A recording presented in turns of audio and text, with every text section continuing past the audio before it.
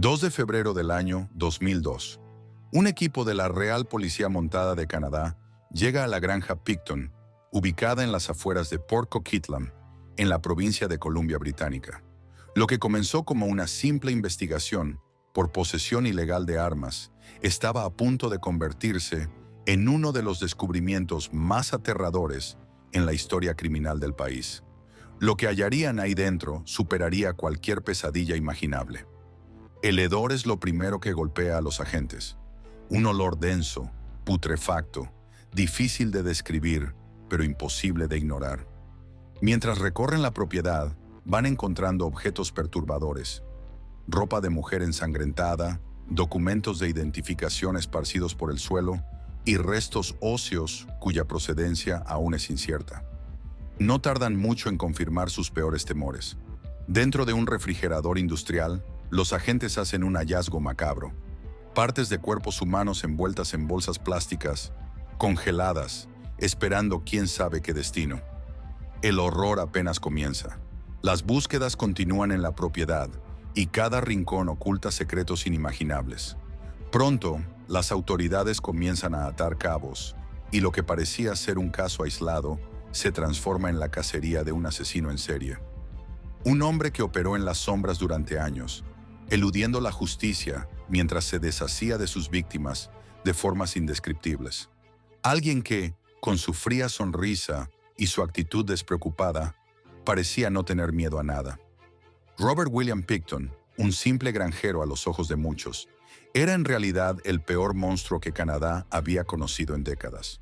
Sus víctimas eran mujeres vulnerables, en su mayoría trabajadoras sexuales y personas en situación de calle, aquellas que la sociedad tiende a olvidar. Y él lo sabía. Se aprovechaba de su anonimato y de la indiferencia del sistema para secuestrarlas, llevarlas a su granja y hacer con ellas lo inimaginable. Durante años, la granja Picton fue un infierno en la tierra, un matadero humano donde los cuerpos no eran enterrados, sino destruidos de maneras inimaginables. Carne molida mezclada con la de los cerdos, restos esparcidos entre los desperdicios del terreno, fragmentos de huesos incinerados. Una carnicería que desafía la lógica y que sigue causando escalofríos hasta el día de hoy. Pero lo más escalofriante de todo no era solo el número de víctimas ni la brutalidad con la que fueron asesinadas, sino la actitud del propio Picton. Cuando finalmente fue capturado e interrogado, se le vio riendo, orgulloso de lo que había hecho. En su confesión, llegó a decir que su único error fue ser descuidado en su último asesinato, pues de no haber sido por ello, habría alcanzado su meta, 50 víctimas. Casi lo logro, diría con una sonrisa. Este no es solo el relato de un asesino en serie, sino también la historia de cómo un sistema falló durante años, permitiendo que un hombre como Robert Picton operara sin obstáculos. Es un caso que expone la fragilidad de la justicia y la indiferencia ante las personas más vulnerables de la sociedad. Y sobre todo, es una historia que, por más macabra que parezca, es completamente real. Y ahora vamos a desentrañar cada detalle de esta historia. Desde sus inicios en la granja hasta su caída final, conoceremos cómo operaba este depredador, cómo sus crímenes salieron a la luz y cómo, incluso tras su captura, siguió dejando su marca en la historia criminal del mundo. Bienvenidos a la historia de Robert Picton, el carnicero de la Granja de los Horrores. A simple vista, la granja de los hermanos Picton no parecía más que un enorme terreno descuidado, con escombros, maquinaria oxidada y estructuras improvisadas dispersas por doquier. Sin embargo, bajo esa fachada de desorden rural, se esconde un verdadero infierno en la tierra. Un sitio donde la muerte acechaba en cada rincón y donde la maldad encontró un refugio perfecto, lejos de la vista de la sociedad. Robert Picton, el reservado y excéntrico granjero, había convertido ese lugar en su dominio personal, un espacio donde podía actuar con total impunidad. Su reputación en Port Coquitlam era un secreto a voces. Un hombre raro, sucio, con modales torpes y una forma de hablar pausada que ponía incómodos a muchos. Sin embargo, lo que realmente ocurría en esa granja superaba cualquier pesadilla imaginable. El terreno de más de 6 hectáreas estaba rodeado por una cerca destartalada, y cubierto de maleza, chatarra y restos de animales. Nadie en su sano juicio querría aventurarse allí sin una buena razón. Pero para las mujeres que llegaban, generalmente trabajadoras sexuales o mujeres en situación vulnerable, la granja de Picton era vista como un posible refugio, un sitio donde podrían pasar la noche, obtener algo de dinero o simplemente alejarse de la peligrosa vida de las calles del Downtown East Side de Vancouver. Lo que no sabían es que, al cruzar ese umbral, estaban entrando a un matadero del que pocas saldrían con vida. Picton no operaba solo. Con el tiempo, su granja se convirtió en un sitio de reunión para personajes siniestros, un lugar donde las reglas de la sociedad no aplicaban. Se organizaban fiestas que comenzaban con alcohol y drogas, pero terminaban en el caos más absoluto. En más de una ocasión, testigos aseguraron haber visto a mujeres desmayadas, arrastradas a habitaciones o simplemente desaparecer después de asistir a una de estas reuniones. Pero en la comunidad, pocos levantaban sospechas. Después de todo, ¿quién iba a creer que un simple granjero fuera capaz de semejantes atrocidades, verdad? Las investigaciones posteriores revelarían un escenario dantesco. Restos humanos mezclados con los desechos de la granja, huesos triturados y esparcidos como alimento para los cerdos, y pruebas de que la carne de sus víctimas podría haber sido convertida en productos cárnicos que fueron distribuidos entre amigos y clientes desprevenidos. La perversidad de Picton no tenía límites. Pero, ¿cómo pudo alguien mantener un reino del terror durante tanto tiempo sin ser descubierto? La respuesta radica en el desinterés de las autoridades, la vulnerabilidad de sus víctimas y la frialdad con la que Picton ejecutó sus crímenes. No había remordimiento, no había piedad. Para él, esas mujeres eran poco más que presas, un juego macabro en el que él siempre tuvo el control. Esta granja, que alguna vez fue un negocio familiar, se transformó en el epicentro de uno de los casos más escalofriantes de la historia criminal de Canadá. Y mientras Picton continuaba con su rutina diaria de cuidar a sus cerdos y manejar su propiedad, nadie sospechaba que, en la oscuridad de la noche, su granja se convertía en un campo de exterminio. El horror estaba por ser descubierto, pero no sin antes cobrar más vidas.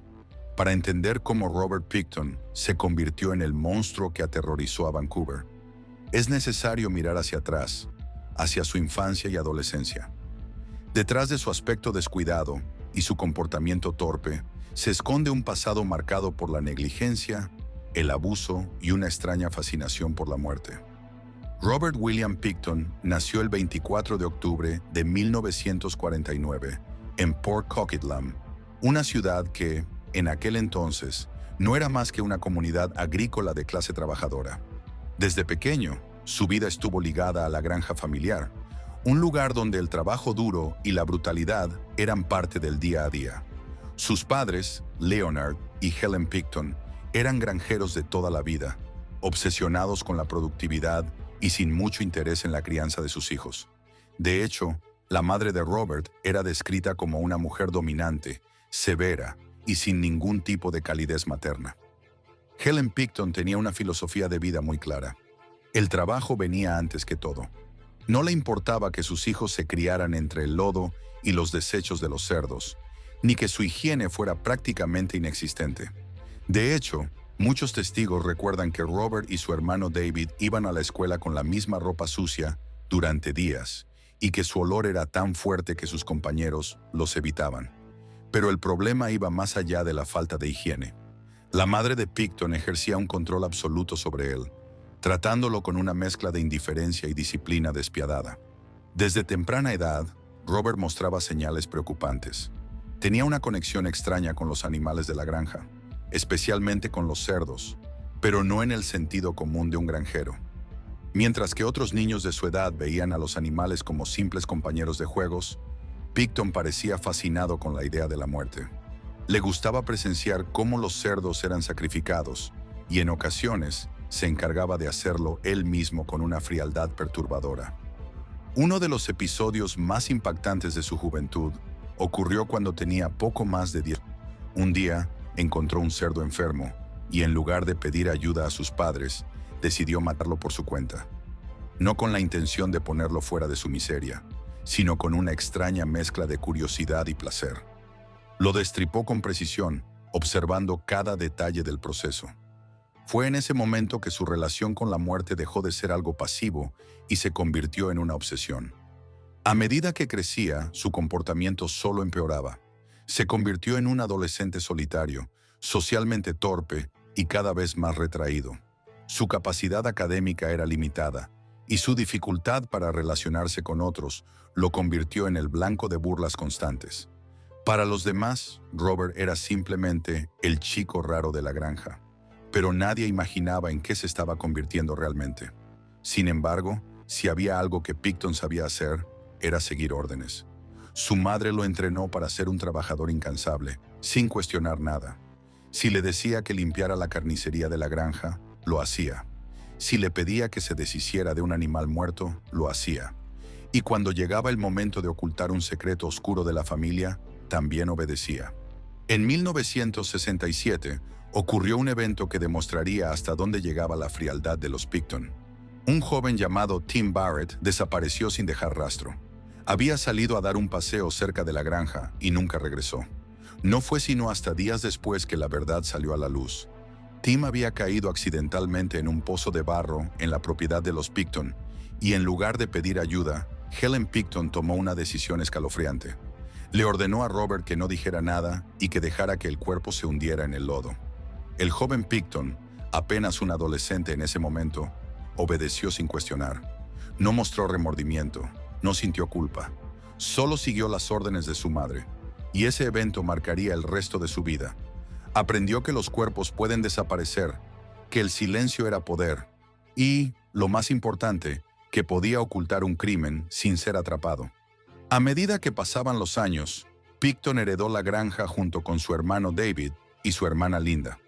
Pero mientras Linda se alejó de la familia y construyó su propia vida, Robert y David decidieron transformar la propiedad en un negocio aún más lucrativo. Una empresa de cría de cerdos y un matadero improvisado.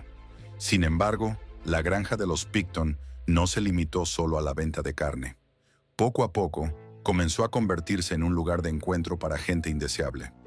Una combinación de delincuentes, drogadictos y marginados se reunía allí para fiestas privadas donde todo estaba permitido.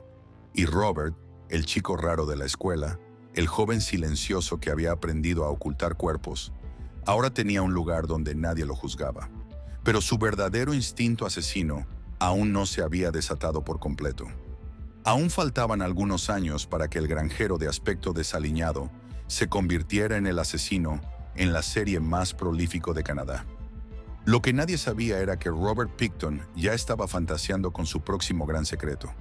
Un secreto que involucraba mucho más que cerdos y carne. Toda historia de terror tiene un punto de inicio. Un momento en el que las barreras se rompen y el monstruo que habita en las sombras finalmente se libera. Para Robert Picton, ese momento llegó a finales de los años 80 y principios de los 90, cuando decidió que ya no bastaba con observar la muerte. Ahora quería provocarla. Durante años su vida giró en torno a la granja. Mientras su hermano David manejaba los aspectos comerciales del negocio, Robert se ocupaba de los cerdos, del matadero y de una actividad mucho más oscura: organizar fiestas privadas en su propiedad. Lo que comenzó como reuniones esporádicas con amigos degeneró en algo más siniestro. La granja de los Picton se convirtió en un refugio para la desesperación, un lugar donde drogadictos, prostitutas y vagabundos se encontraban refugio, sin saber que algunos de ellos nunca saldrían de allí.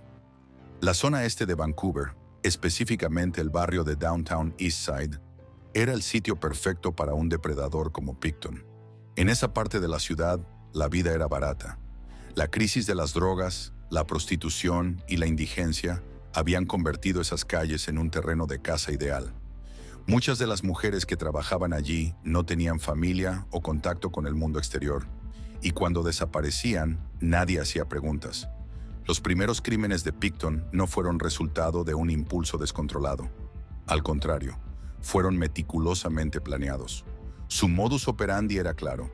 Recorría las calles en su camioneta, ofreciendo dinero y drogas a mujeres vulnerables para llevarlas a su granja. Su apariencia desaliñada y su actitud torpe lo hacían parecer inofensivo. Pero una vez que cruzaban la entrada de su propiedad, el destino de sus víctimas estaban selladas. No se sabe exactamente quién fue su primera víctima.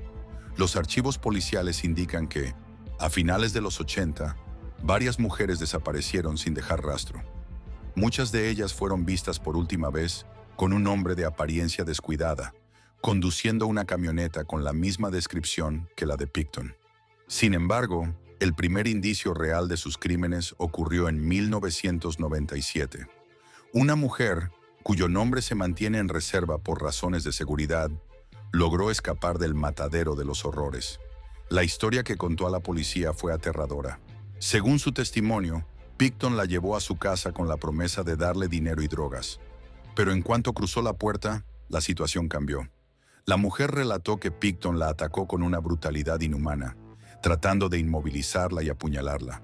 Pero ella peleó con todas sus fuerzas y en un giro inesperado logró herirlo con su propia arma.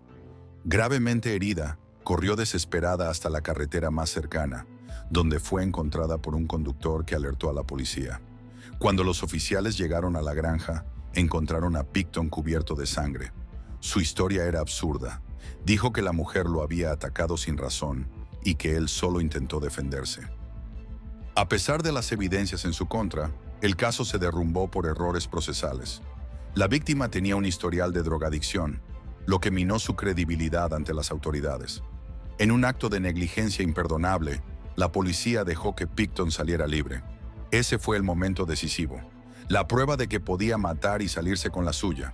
A partir de entonces, su cacería se volvió más frecuente. Mujeres desaparecían de Downtown East Side sin que nadie se molestara en investigarlo a fondo. Su método se perfeccionó.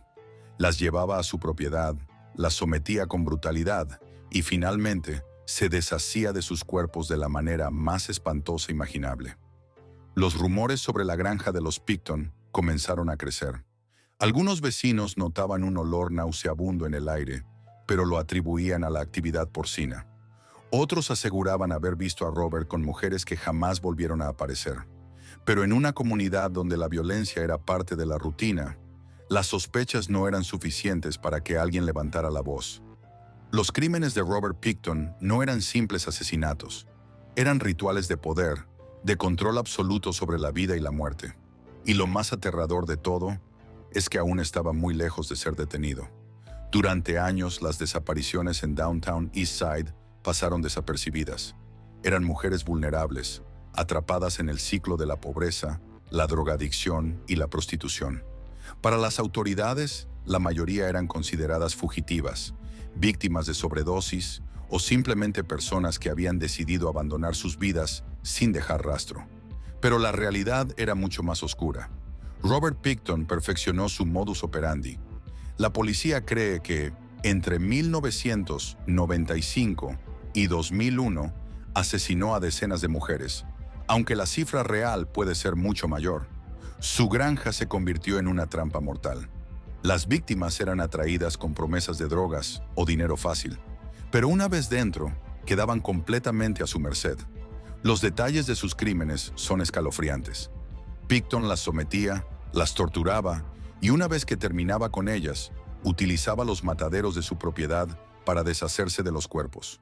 Se cree que los trituraba y los mezclaba con la carne de cerdo que luego distribuía en la comunidad. No solo mataba, sino que también convertía la muerte en un acto de burla macabra hacia la sociedad. Las desapariciones se volvieron tan frecuentes que la comunidad comenzó a notar que algo no estaba bien. En 1998, activistas de derechos humanos y familiares de las víctimas comenzaron a presionar a la policía para que investigara las desapariciones de mujeres en Downtown East Side. Pero, una vez más, las autoridades ignoraron las advertencias. Los rumores sobre la granja de los Pickton crecían. Vecinos reportaban un olor fétido y nauseabundo en la propiedad. Algunos trabajadores de la granja hablaban en voz baja sobre restos humanos en el lodo, pero nadie se atrevía a denunciarlo formalmente. Incluso con estas señales de advertencia, Robert Pickton siguió operando con total impunidad. En su mente, era intocable, y tenía razón, hasta que cometió un error que lo llevaría a su caída. Durante años, Robert Pickton fue un fantasma, un depredador que acechaba en las sombras sin dejar rastro evidente.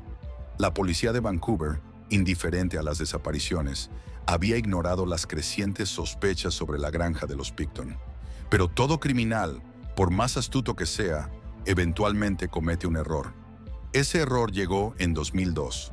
Todo comenzó cuando un ex empleado de la granja le comentó a la policía que había visto armas de fuego ilegales en la propiedad. Este dato, aparentemente menor, fue suficiente para que las autoridades obtuvieran una orden de registro. El 5 de febrero de 2002, un equipo de la Real Policía Montada de Canadá irrumpió en la granja con la intención de encontrar armas. Pero lo que descubrieron superó cualquier expectativa. El hedor dentro del lugar era insoportable. Los agentes comenzaron a inspeccionar los alrededores y lo que encontraron fue escalofriante. Restos humanos, pertenencias de mujeres desaparecidas, objetos personales manchados de sangre. En un congelador encontraron la cabeza de una de las víctimas dentro de un balde. Aquella redada por posesión de armas se convirtió en la mayor escena del crimen en la historia de Canadá. La investigación se expandió y los resultados fueron aterradores. La policía encontró ADN de al menos 33 mujeres en la granja.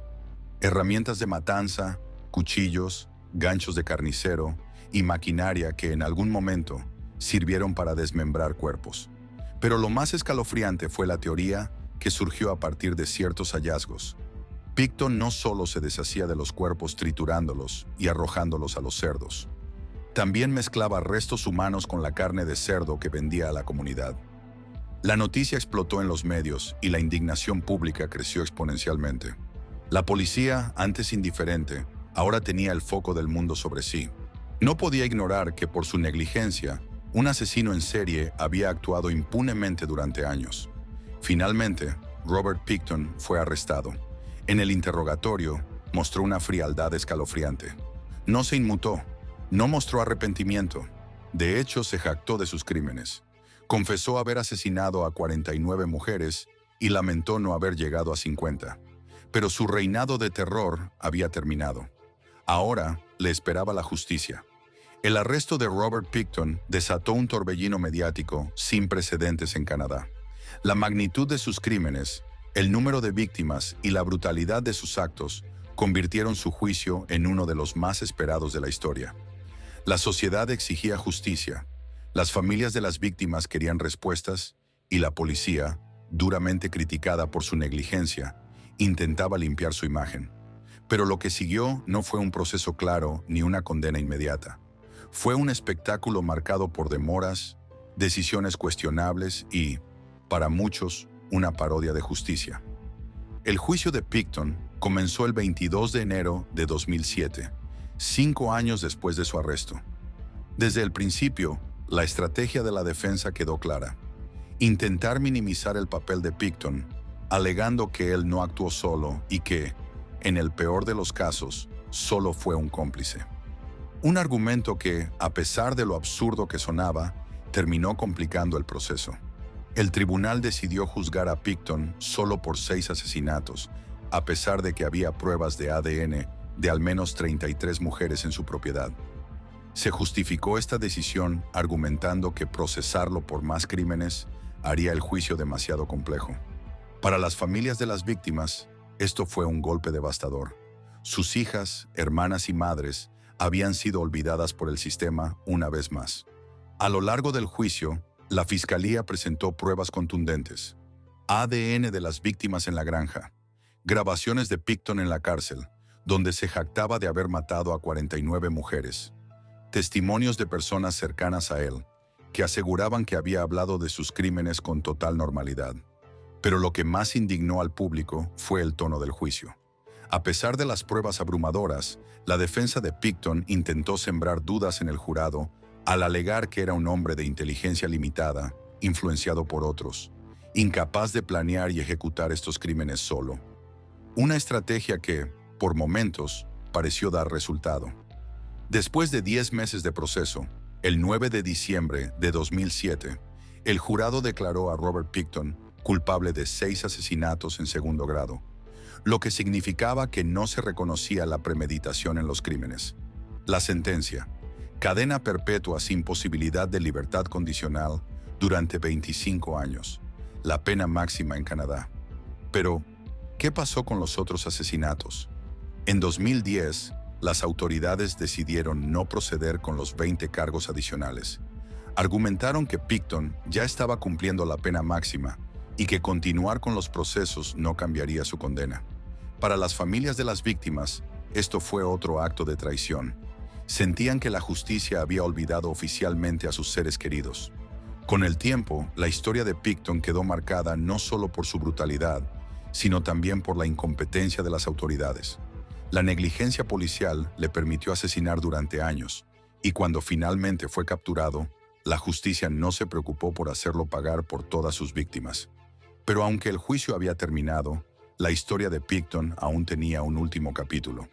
Encerrado en una celda, condenado a cadena perpetua, cualquiera podría pensar que Robert Pickton pasó el resto de sus días reflexionando sobre sus crímenes, atormentado por la culpa.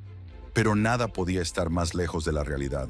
Desde su primer día en prisión, Pickton mantuvo la misma actitud fría y burlona con la que había enfrentado el juicio.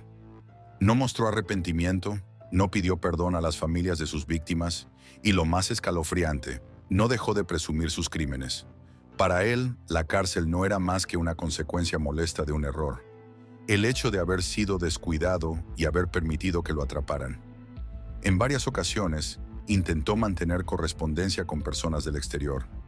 Aunque tenía prohibido comunicarse con los medios, logró escribir cartas que fueron filtradas, en las que hablaba con desprecio de sus víctimas y se jactaba de haber estado cerca de alcanzar su objetivo, matar a 50 mujeres. En una de estas cartas, incluso mencionó que su mayor pesar no era haber sido asesinado, sino haber sido atrapado antes de alcanzar ese número perfecto. Pero lo que más indignó a la sociedad fue lo que sucedió en 2016. Se reveló que Pickton había escrito un libro de memorias titulado Pickton in His Own Words. Pickton, en sus propias palabras. Este libro, supuestamente escrito con la ayuda de un recluso que sacó los manuscritos de contrabando, llegó a publicarse y a venderse en plataformas como Amazon. La reacción fue inmediata. La indignación de las familias y de la sociedad en general obligó a que el libro fuera retirado de la venta en cuestión de días. Pero el hecho de que Pickton hubiera intentado lucrar con sus crímenes dejaba en evidencia lo que muchos ya sospechaban. Nunca se arrepintió de lo que hizo. La vida en prisión no fue especialmente dura para él. A diferencia de otros asesinos en serie, que a menudo son atacados por otros reclusos, Pickton logró mantenerse al margen de los conflictos. Sus crímenes, cometidos contra mujeres marginadas, parecían no despertar el mismo nivel de repulsión en la cárcel que en la sociedad. Sin embargo, la calma no dura para siempre. Con los años, la salud de Pickton comenzó a deteriorarse. En prisión, sin los privilegios de su vida anterior y con el paso del tiempo en su contra, su cuerpo comenzó a fallar. Pero el final no le llegó por causas naturales. En 2024, después de décadas en prisión, Robert Pickton encontró el destino que muchos pensaban que merecía. A lo largo de los años, muchos se preguntaron si Robert Pickton alguna vez pagaría verdaderamente por sus crímenes. Condenado a cadena perpetua, su única preocupación era seguir respirando mientras el tiempo lo consumía lentamente. Pero en 2024, su historia terminó de una forma mucho más abrupta de lo que nadie había previsto. El 19 de mayo de ese año, la noticia explotó en los medios. Robert Pickton había sido asesinado dentro de la prisión de máxima seguridad de Port Cartier, en Quebec. La causa de su muerte no fue un fallo cardíaco ni una enfermedad, sino un brutal ataque a manos de otro recluso. Su agresor, Martin Charest, un convicto con un largo historial de violencia dentro de la cárcel. Charest ya tenía fama de ser un interno impredecible, con antecedentes de ataques contra otros reclusos. Y aunque no se hicieron públicos sus motivos exactos, muchos creen que el asesinato de Pickton no fue un simple arrebato de ira, sino un ajuste de cuentas dentro del mundo carcelario. Los detalles del ataque fueron espeluznantes. Se dice que Pickton fue atacado con un objeto afilado improvisado, posiblemente un palo de escoba roto y convertido en un arma mortal. Recibió múltiples heridas en la cabeza y el torso, pero no murió de inmediato. Fue trasladado de urgencia a la enfermería de la prisión, donde los médicos intentaron salvarlo. Sin embargo, su cuerpo ya no resistió. Minutos después, Robert Pickton, el asesino de al menos 49 mujeres, fue declarado muerto. La noticia recorrió el mundo como un rayo. En Vancouver, donde sus crímenes dejaron una herida imposible de cerrar, muchas personas no ocultaron su alivio. En entrevistas, familiares de las víctimas expresaron que, aunque la muerte de Pickton no les devolvía a sus seres queridos, sí les daba una sensación de justicia que el sistema nunca les había otorgado. Pero no todos vieron su muerte como una victoria. Algunos defensores de derechos humanos cuestionaron las circunstancias del asesinato, preguntándose si las autoridades penitenciarias permitieron que esto sucediera deliberadamente. ¿Fue realmente un ataque espontáneo o un ajuste de cuentas tolerado por los guardias? La teoría de que Pickton fue puesto intencionalmente en una celda con un hombre violento para que su asesinato fuera inevitable circuló entre los expertos en criminología. Sin embargo, más allá de las teorías, la realidad era esta. Robert Pickton, quien durante años se había burlado del sistema y había mostrado un absoluto desprecio por la vida, finalmente encontró un final violento en el mismo entorno que le había garantizado protección. Su historia llegó a su fin, pero las cicatrices de sus crímenes siguen abiertas en la memoria de sus víctimas y de una sociedad que nunca olvidará lo que ocurrió en la granja de Port Coquitlam. El caso de Robert Pickton es más que la historia de un asesino en serie. Es el reflejo de un sistema que falló en todos los niveles, desde la policía que ignoró las denuncias hasta una sociedad que miró hacia otro lado, mientras decenas de mujeres desaparecían sin dejar rastro. Durante años, las autoridades tuvieron en sus manos las piezas del rompecabezas. Hubo testigos que hablaron, víctimas que escaparon y pruebas que nunca se tomaron en serio. Si hubieran actuado a tiempo, ¿cuántas vidas podrían haberse salvado? ¿Cuántas mujeres habrían tenido la oportunidad de seguir adelante, de vivir, de ser escuchadas? El asesinato de Pickton en prisión cerró un capítulo, pero no borró la deuda de justicia, porque al final muchas de sus víctimas ni siquiera fueron oficialmente reconocidas. En 2010, el gobierno decidió no proceder con más de 20 cargos de asesinato adicionales, destruyendo evidencia crucial con la excusa de evitar más sufrimiento a las familias. Pero, ¿realmente les ahorraron dolor? ¿O simplemente les negaron la verdad y la justicia que merecían? Más allá de la indignación y el horror, la historia de Pickton deja una lección imborrable: el peligro de la indiferencia. No fue un asesino astuto ni un genio del crimen. Fue un hombre común, con recursos limitados y un rastro de pistas tan obvio que debería haber sido atrapado mucho antes. Pero su impunidad se construyó sobre el desprecio hacia sus víctimas, la negligencia de las instituciones y el silencio de quienes no quisieron ver. Hoy, su granja ha sido demolida. Los terrenos donde se cometieron actos inimaginables han sido limpiados y transformados, pero el recuerdo sigue vivo. No se trata solo de recordar a Pickton como un monstruo, sino de no olvidar a las mujeres cuyas vidas fueron arrebatadas. Porque mientras las víctimas sean solo nombres en una lista olvidada, el verdadero horror del caso de Pickton seguirá repitiéndose en otras formas, en otros lugares, con otros nombres. El caso de Robert Pickton no es solo un crimen del pasado. Es un recordatorio de que la justicia no es automática, de que la impunidad no se rompe sola y de que, a veces, la mayor atrocidad no es el monstruo en la oscuridad, sino la indiferencia de quienes deberían haberlo detenido. La historia de Robert Pickton nos deja muchas preguntas, pero también una lección clara. La indiferencia puede ser tan peligrosa como el propio asesino. Muchas de sus víctimas desaparecieron porque nadie las buscó a tiempo, porque sus voces fueron ignoradas y porque el sistema las desechó como si no importaran.